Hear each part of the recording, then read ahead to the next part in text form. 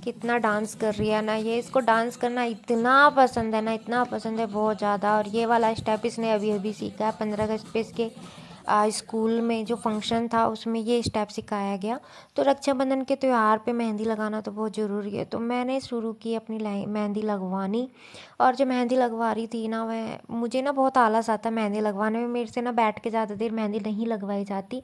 यही कारण है कभी फुल हैंड मैंने मेहंदी लगवाई ही नहीं है। हमेशा रेब वगैरह या साइड का ही मैंने डिज़ाइन बनवाया है। तो अभी भी मैंने वही करवाया, साइड का ही डिज़ाइन करवाया। फुल हैंड मेहंदी मुझसे लगवाई ही नहीं जाती, पता नहीं कैसे लगवा लेते हैं। जब मेरी ब्राइडल की मेहंदी थी ना, तब भी मेरे साथ यही प्रॉब्लम आ रही थी। मैं बार बार उठ रही थी, बार बार बैठ रही थी, बार बार परेशान हो रही थी। मेरी ब्राइडल की मेहंदी पूरे 8 घंटे चली थी। इतनी लंबी तो शायद किसी की नहीं चलेगी जितनी मेरी चली थी।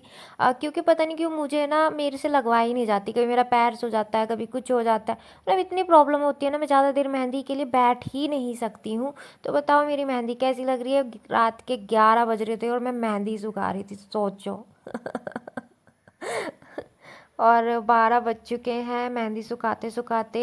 और क्योंकि अगले दिन तैयारी थी, कपड़े वगैरह मुझे प्रेस करने थे, तो मैं नहीं चाहती थी कल के जो भी है वो मेरा ऐसे ही चला जाए। इसलिए मैं जल्दी जल्दी रात को ही अपने कपड़ों पे प्रेस करके रख रही थी। रात के 12 बजे मैं कपड़ों पे प्रेस कर रही थी, तैयारी कर रही थी अपनी कल त्यौहार की।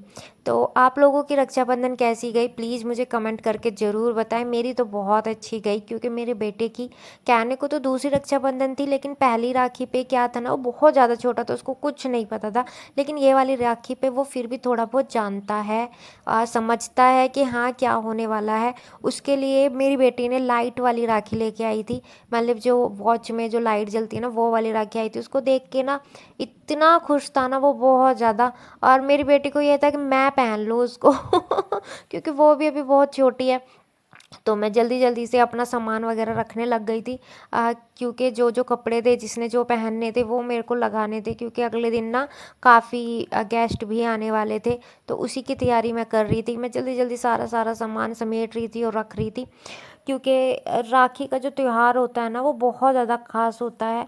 और मैं अपने भाई के पास नहीं जा पाई तो क्या हुआ, मैं नहीं चाहती कि मेरी बेटी का जो ये राखी का त्यौहार है ये बेकार जाए।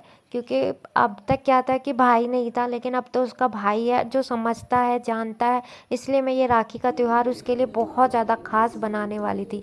तो हम चलती हैं बाहर थोड़ा सा लंच के लिए बेटे के साथ, क्योंकि मेरी बेटी को बाहर जाना था। वो बोलती मम्मी मैंने भी गाड़ी में बैठ के जाना है। तो हम लोग बाहर थोड़ा सा लंच के लिए निकल चुके थे। और मेरा बेटा जो था वो इतना शरीफ होके बैठा हुआ था, बाई गॉड।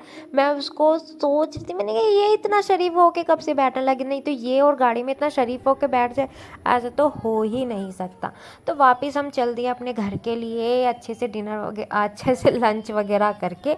आई होप आपको ये व्लॉग अच्छा लगा हो। आपकी राखी कैसी गई, आप अपने बच्चों के लिए क्या स्पेशल करते वो प्लीज़ मुझे कमेंट करके ज़रूर बताएं।